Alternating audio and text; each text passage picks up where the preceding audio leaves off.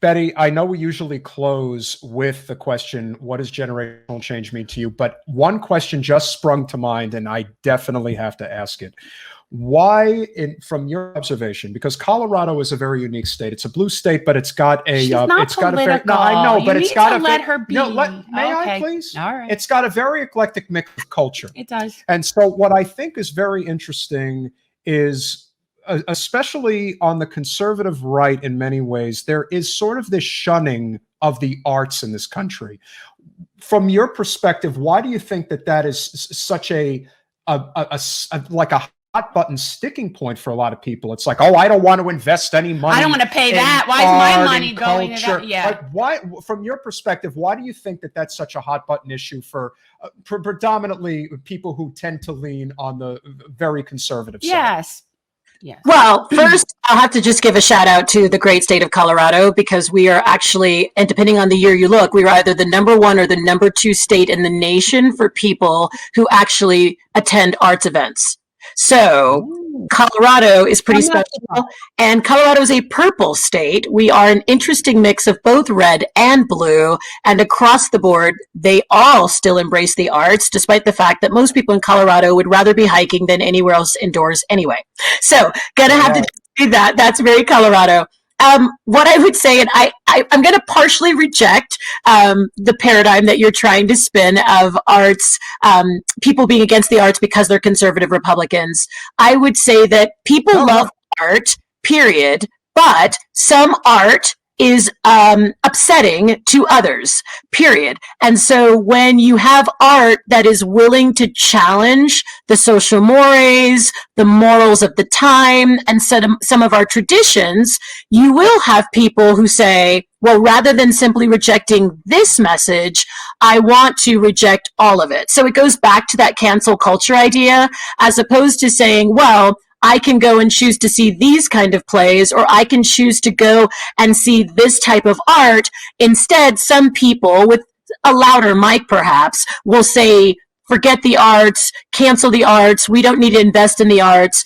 But really, I would say that's simply short-sighted, because every culture that is thriving in the world supports the arts, except ours. So, and even without the country fully supporting the arts, one of the biggest products in our country is the arts.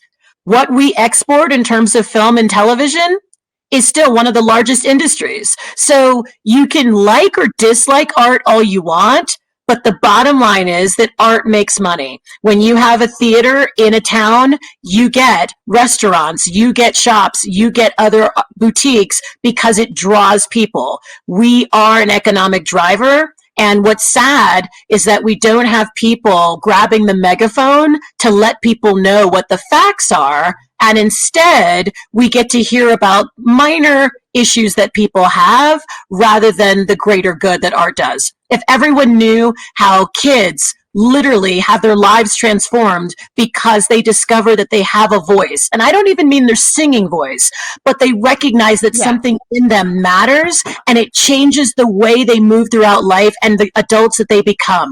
So I would just say that we don't necessarily have a great marketing department to help the world know how valuable and how valid the arts are. Yeah, I think what you were he was talking more about like public funding for arts. I think that was more like what you were thinking, why people like, especially like conservative, fiscal conservatives have like this mentality of, well, that's superfluous. We don't, that's extracurricular. That's not the key things. And, you saw it you've seen movies about this, like Mr. Holland's Opus, where they had to cut the music program because they're not going to cut English and math. Now, personally, I think we're better off with art than math, but that's just me. Whatever. The problem, the fact that people don't recognize that math and arts, music is math.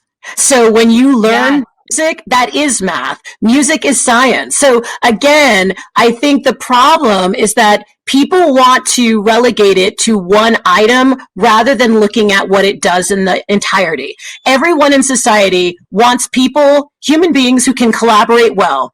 Everyone wants problem solvers. Everyone wants people who recognize their worth and, more importantly, recognize the worth of others.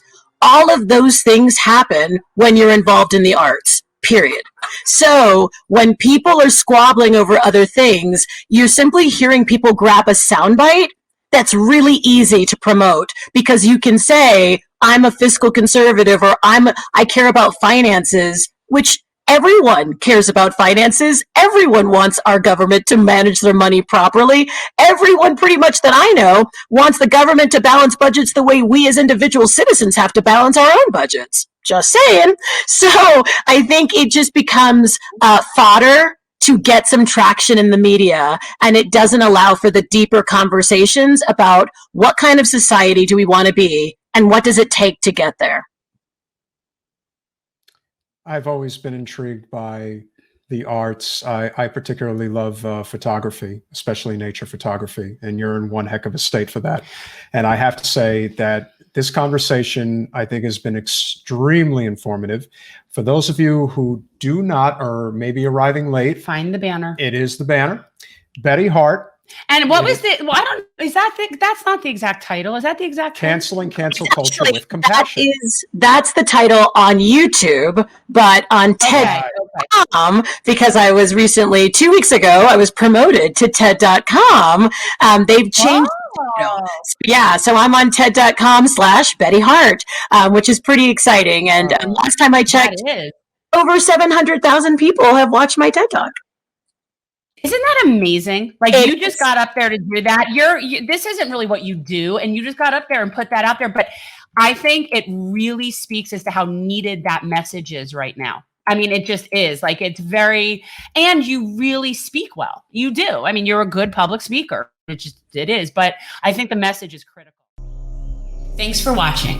If you want to support our mission to transform politics into service, please like this video, subscribe, follow us on social media, and consider joining our Patreon, where you'll get early access to our interviews as well as other exclusive content. Links are in the description. Peace out.